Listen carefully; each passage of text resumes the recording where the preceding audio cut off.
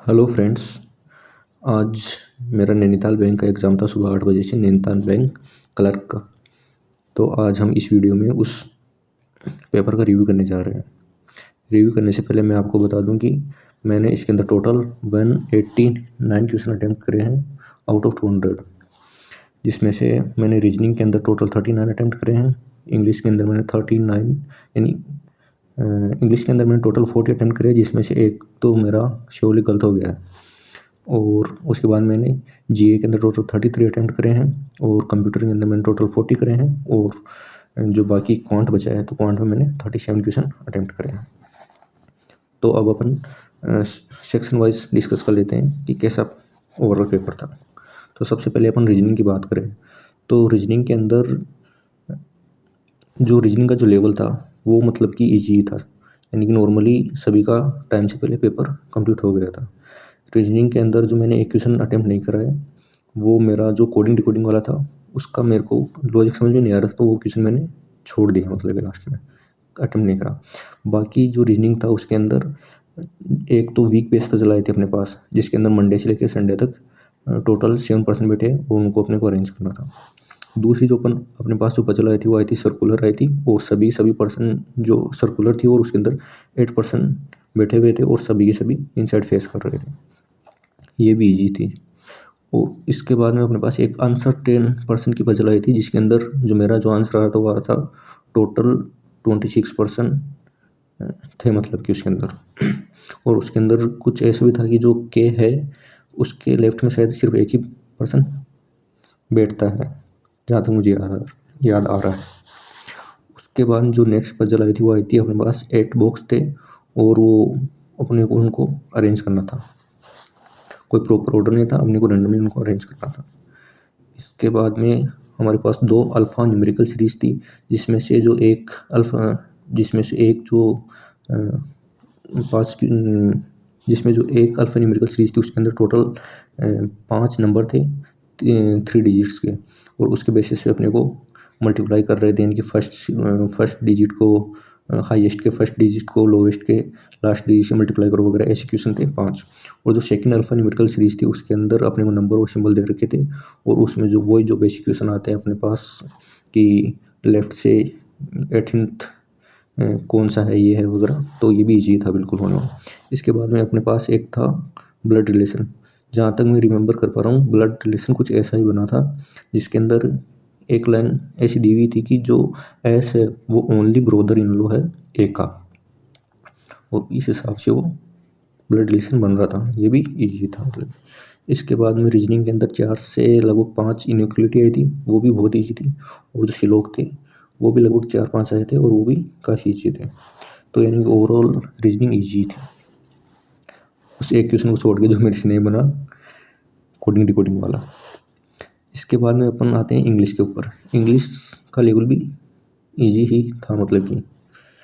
और इसके अंदर बेसिकली अपन बात करें तो जो पहला तो अपना जो मेरे पास जो मेरा जो पहला क्वेश्चन आया था वो पैसे से रिलेटेड ही था, तो उस पैसे के अंदर लगभग शायद 10 क्वेश्चन आए हुए थे। और वो जो पैसेज था वो किसी ट्रेवलर के ऊपर था कि कोई एक बंदा है जो आता है, जो ट्रेवलर है, और वो किसी एक ओल्ड वूमेन है उससे खाने के लिए बोलता है, और उनके पास खाना नहीं होता है, तो वो फिर बोलता है कि मेरे पास एक मैजिक स्टोन है, उससे मैं मतलब कि एक ऐसी सूप बनाऊंगा जो सभी को अच्छी लगेगी। और फिर उसके ऊपर यानी कि ये सारा पैसेज था, और पैसेज यानी कि एक स्टोरी फॉर्मेट में था, मतलब कि ऐसे था कि आराम से अपन इजीली उसको समझ जाए। और इसके जो क्वेश्चन थे वो भी सारे सही थे। इसमें शायद 2 क्वेश्चन ऐसे थे जिसका मतलब कि जो वो यानी कि नन ऑफ दीज कुछ आंसर आ रहा था, मतलब कि शायद ऐसे कुछ था। यानी कि वो जो 4 ऑप्शन जो बोल रहे थे कि वो उसमें से यानी कि मैच नहीं कर रहे थे। आप कमेंट करके बताना कि आपका कैसे क्या था।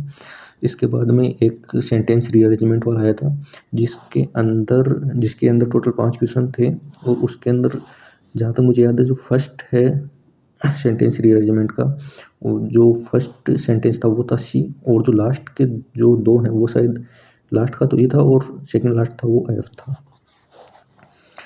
इसके बाद एरर के क्वेश्चन आए थे 5, जिसमें से जहाँ मुझे याद है 1 या 2 क्वेश्चन के अंदर तो कोई एरर नहीं थी।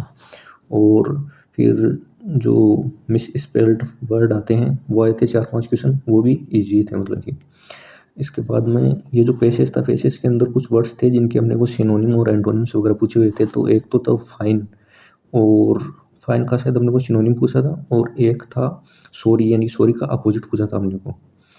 तो सॉरी का जो अपोजिट था उसका तो मैंने शायद ग्लेड करा है, और फाइन का मुझे कुछ याद नहीं आ रहा, मतलब कैसे था। और इसके बाद में 2-3 क्वेश्चन वो थे जिनके अंदर यानी कि अपने को वर्ड दे रखा है, और फिर कि वो कौन से सेंटेंस के अंदर वो प्रॉपर फिल हो रहा है, मतलब कि यानी कि उसका मीनिंग जो सही आ रहा है। तो एक तो वर्ड था अपने पास शेल था उसके अंदर, तो इसके अंदर शायद जहाँ तक मुझे लग रहा है मेरा ओनली बी ही आंसर आ रहा था, बाकी आप बताना। अब अपन चलते हैं नेक्स्ट सेक्शन के ऊपर, जो है अपना जीके। क्योंकि इस एग्ज़ाम में जीके और कंप्यूटर दो ही सेक्शन ऐसे हैं जो यानी कि आप सिलेक्शन करवाते भी हैं और आपको रिजेक्ट भी करवाते हैं। तो जीके के जो जो क्वेश्चन मुझे याद है वो इस प्रकार से हैं कि जो पहला क्वेश्चन आया था वो आया था कि जो अटल पेंशन योजना है उसको कब लॉन्च किया गया। तो इसका ये क्वेश्चन वैसे मैंने अटेम्प्ट नहीं करा, इसका जो आंसर वो शायद 2015 है। इसके बाद जो सेकंड जीके का क्वेश्चन था वो था कि जो फाइनेंस कमीशन है वो किसके द्वारा कॉन्स्टिट्यूट किया जाता है, मतलब कि आप से मेरी एक रिक्वेस्ट है कि आप मेरी राइटिंग को थोड़ा इग्नोर करना, क्योंकि राइटिंग मेरी अच्छी है नहीं वैसे। तो जो सेकंड क्वेश्चन था जीके का वो ऐसे था कि जो फाइनेंस कमीशन है उसको कौन कॉन्स्टिट्यूट करता है। तो इसका आंसर मैंने प्रेसिडेंट किया था, और ये सही भी है इसका आंसर। उसके बाद में एक क्वेश्चन आया था कि जो यानी कि शिशु और तरुण और एक और था कुछ, यानी कि ऐसे जो मतलब कि टर्मिनोलॉजी थी वो कौन सी स्कीम के अंदर यूज की जाती है। तो उसका आंसर था कि जो मुद्रा लोन स्कीम थी उसके ये पार्ट है, मतलब कि। इसके बाद में नेक्स्ट क्वेश्चन था अपना वो था कि जो अपने उर्जित पटेल हैं, जो यानी कि अपने पहले जो उर्जित पटेल जी जो आरबीआई के गवर्नर थे उनका अभी अपॉइंटमेंट हुआ था, तो वो कहाँ पे एग्जीक्यूटिव डायरेक्टर बने। तो मैंने इसका आंसर कराया आईएमएफ। और इसके बाद जो सेकंड क्वेश्चन, जो अगला क्वेश्चन था अपना जीके का, वो ये था कि जो फर्स्ट गवर्नर थे आरबीआई के, वो उनका क्या नाम था। तो उसका आंसर सीडी देशमुख था, और यही मैंने टिक किया है, ये ऑप्शन में भी था। इसके बाद जो नेक्स्ट जीके क्वेश्चन था अपने पास पेपर में वो था कि जो बैंक ऑफ बड़ौदा है उसका हेडक्वार्टर कहाँ पे है। तो इसका आंसर मैंने कराया है वडोदरा, गुजरात। ठीक है। और इसके बाद जो नेक्स्ट क्वेश्चन आया था वो था कि जो पब्लिक प्रोविडेंट फंड है उसकी जो मैक्सिमम जो ईयर की वाइज जो लिमिट पूछी थी, यानी कि मैक्सिमम कितने ईयर तक अपन उसके अंदर इनरोल हो सकते हैं वगैरह ऐसे कुछ था। तो उसका मैंने आंसर कराया कि no maximum limit, no maximum limit, ये मैंने इसका आंसर कराया। इसके बाद में एक क्वेश्चन यह आया था कि जो अपना एनपीसीआई है उसको, national payment corporation of India, इसको कब लॉन्च किया गया था। तो इसका आंसर था 2016। और उसके बाद एक और क्वेश्चन था एनपीसीआई का कि इसके अंदर एनपीसीआई का कोई एक टर्म दे रखी थी, उसके अंदर कुछ या तो ए या सी का कुछ पूछा था कि इसका वो मतलब कि ए या सी की फुल फॉर्म क्या है, मतलब कि। तो वो पूछा था, ये क्वेश्चन मैंने अटेम्प्ट नहीं करा है। इसके बाद में एक जो क्वेश्चन आया था वो आया था कि इनमें से कौन कौन सा फंडामेंटल राइट नहीं है।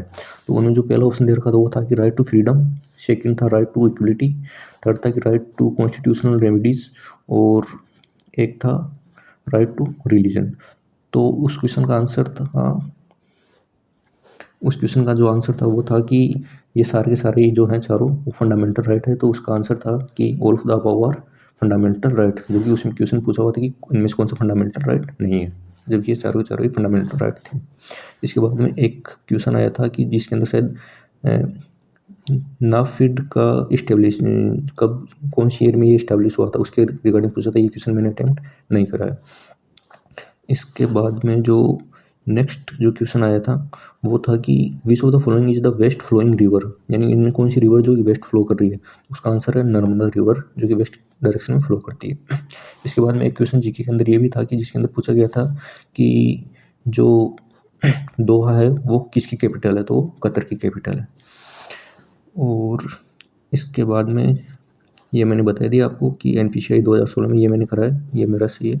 इसके बाद में एक क्वेश्चन आया था कि जो आरबीआई का जो इंटरनल ओम्बड्समैन स्कीम, जो इंटरनल ओम्बड्समैन होते हैं उनको कौन अपॉइंट करता है। तो इसका देखो मैंने तो आंसर करा है शायद कुछ कि गवर्नमेंट के द्वारा अपॉइंट किया जाता है वगैरह, लेकिन ये शायद मेरा गलत है। आप बताना आपने इसमें क्या किया है। इसके बाद में जो सेकंड, इसके बाद जो नेक्स्ट अपना जीके का क्वेश्चन था वो था कि जो स्मॉल फाइनेंस बैंक है उसकी जो नेटवर्थ कितनी होती है। तो अभी अपने को पता है कि जो फिनो पेमेंट बैंक था वो फर्स्ट स्मॉल फाइनेंस, वो फर्स्ट पेमेंट बैंक है जो कि स्मॉल फाइनेंस बैंक बना है। तो वो ये क्वेश्चन अभी करंट में भी था और इसकी जो नेटवर्थ रिक्वायरमेंट है वो है 300 करोड़ रुपए। इसका 300 सही होगा आंसर। इसके बाद एक क्वेश्चन आया था कि जो स्मॉल फार्मर है उनकी जो लैंड होल्डिंग का यानी क्राइटेरिया पूछा था कि स्मॉल फार्मर्स के पास कितनी लैंड होती है। तो इसका आंसर शायद मेरा गलत हो गया क्योंकि इसके अंदर मैंने अप टू 1 हेक्टेयर करा था, जबकि इसका आंसर आएगा यानी कि 1 to 2 हेक्टेयर के बीच में। इसके बाद जो अपना नेक्स्ट क्वेश्चन था वो क्रिकेट से रिलेटेड था। उसके अंदर 3-4 टर्मिनोलॉजी दे रखी थी और उसका था कि इनमें से कौन सा क्रिकेट से एसोसिएट नहीं है। तो उसका जो आंसर है वो आ रहा था, उसका कुछ अजीब जो नाम था वो कुछ अजीब सा था, तो मैंने वो करा मतलब। बाकी एक क्वेश्चन ये भी था कि जो वुमेन वर्ल्ड कप 2025 है 2025 वो किसने जीता है। ये सारे क्वेश्चन थे जो जीके के अंदर आए हुए थे। और अगर आपको भी कुछ क्वेश्चन याद आ रहे हैं तो आप कमेंट करके बताना। इसके बाद अपन चलते हैं नेक्स्ट सेशन के ऊपर, जो कि जो अपना जो नेक्स्ट सेक्शन था वो था कंप्यूटर यानी कि इजी था, मतलब कि कंप्यूटर में ऐसे कुछ हार्ड कुछ था नहीं। कंप्यूटर के अंदर एक तो कॉपी की शॉर्टकट की आई थी अपने पास कि कॉपी की शॉर्टकट क्या होती है वो था। उसके अलावा यानी कि एम एस वर्ड और एम एस एक्सेल से भी 2-3 क्वेश्चन थे। एक क्वेश्चन तो ये था कि जो वर्कबुक है वो कलेक्शन होता है किसका, वर्कशीट का, ठीक है। और बाकी इनपुट आउटपुट से भी क्वेश्चन थे कि इनमें से which of the following are input devices और which of the following are output devices, ठीक। और इसके अलावा कंप्यूटर के अंदर 2 क्वेश्चन जो थे वो थे बेसिकली बाइनरी नंबर से एसोसिएट, बाइनरी नंबर से रिलेटेड, जिसके अंदर एक पूछा था कि इनमें से कौन सा बाइनरी नंबर है। तो वो जो 1010 वगैरह वाला जो क्वेश्चन जो ऑप्शन था वो था। और एक एक क्वेश्चन ये था कि जो बाइनरी नंबर सिस्टम है उसका जो बेस क्या होता है, तो वो 2 होता है। ऐसे था यानी कि कंप्यूटर तो ओवरऑल ईजी था। कंप्यूटर के अंदर मैंने फर्स्ट बुक के अंदर टोटल 36 क्वेश्चन अटैम्प्ट कर दिए थे। 4 क्वेश्चन के अंदर मेरे को डाउट था, वो सेकंड टाइम पे मैंने अटैम्प्ट करे। इसके बाद जो अपना जो लास्ट सेक्शन आता है वो आता है क्वांट। क्वांट देखा जाए तो ये भी एक प्रकार से ईजी ही था इसके अंदर, लेकिन जो सिंप्लीफिकेशन थे वो थोड़े हार्ड थे। जहाँ तक मुझे याद आ रहा है यानी कि 3 से 4 क्वेश्चन ऐसे थे जिनको यानी कि जिनके जो आंसर हैं वो यानी कि जिनको जो डेसिमल के अंदर जिनको अपन डेसिमल फॉर्म में थे और उनको अपने को सोल्व करना था, तो उनके क्या थोड़ा सा अपने का टाइम ज़्यादा कंज्यूम हो जाता है। बाकी अपन बात करें क्वांट सेक्शन की तो इसके अंदर टोटल 6 से 7 तो मिसिंग नंबर आए थे, वो भी ईजी थे, सारे हो गए थे। बाकी लगभग 10 के आसपास सिंप्लीफिकेशन आए थे जिसमें से 3-4 क्वेश्चन वो डेसिमल वाले थे। इसके बाद में अपन बात करें तो एक डीआई आई थी जो बार ग्राफ वाली थी और उसके अंदर ABCDE दे रखा था और उनकी थाउजेंड्स के अंदर वैल्यू दे रखी थी, वो भी काफ़ी ईजी था। जो सेकंड अपने पास जो डीआई आई थी वो थी टेबुलर डीआई। टेबुलर डीआई के अंदर बेसिकली ग्राफ टेबल के अंदर अपने को दे रखा था कि ये ABCD आर मूवीज़ और इनको अलग अलग सिटीज़ में देखा जा रहा है कि यहाँ पे इतने लोग देख रहे हैं वगैरह, उस हिसाब से इस डीआई का एक क्वेश्चन था उसका आंसर आया था 170%। और जो हाँ, और क्वांट के अंदर इसके अलावा एक वेन डायग्राम भी आया था, एक जो केसलेट आई थी वो वेन डायग्राम के ऊपर बेस्ड थी, जिसका जो आंसर था वो ऐसे था। ये शायद मैं भूल रहा हूँ क्या, तो कुछ तो या तो शायद डेज थे ये संडे सैटरडे वगैरह कुछ ऐसे थे। तो इसके अंदर ये 60 था और ये बोथ वाला जो है कॉमन एरिया वो 20 आ रहा था और ये है 40। तो यानी कि टोटल बोल रहे थे कि टोटल इन दोनों डेज के अंदर टोटल 120% है वगैरह। और फिर कुछ अपने को थोड़ी सी इन्फॉर्मेशन दे रखी थी उसके हिसाब से, यानी कि या तो ओनली सैटरडे वाले 60 थे और ओनली संडे वाले 40 थे और जो कॉमन था वो 20 था। और इसके ऊपर भी 3-4 क्वेश्चन थे वो भी काफ़ी ईजी थे, हो गए थे। इसके अलावा क्वांट के अंदर एक क्वेश्चन था जिसके अंदर शायद बोर्ड की स्पीड अपने को दे रखी थी और अपने को स्ट्रीम की स्पीड पता नहीं, करना था तो उसका आंसर था 3.5 किलोमीटर पर आवर। एक जो क्वेश्चन था अर्थमेटिक का, उसके अंदर सैलरी निकालनी थी अपने को, उसका आंसर था शायद 54,000। बाकी इसके अलावा एक मिक्सर और एलिगेशन का भी क्वेश्चन था, जिसके अंदर वाटर और मिल्क से रिलेटेड क्वेश्चन था।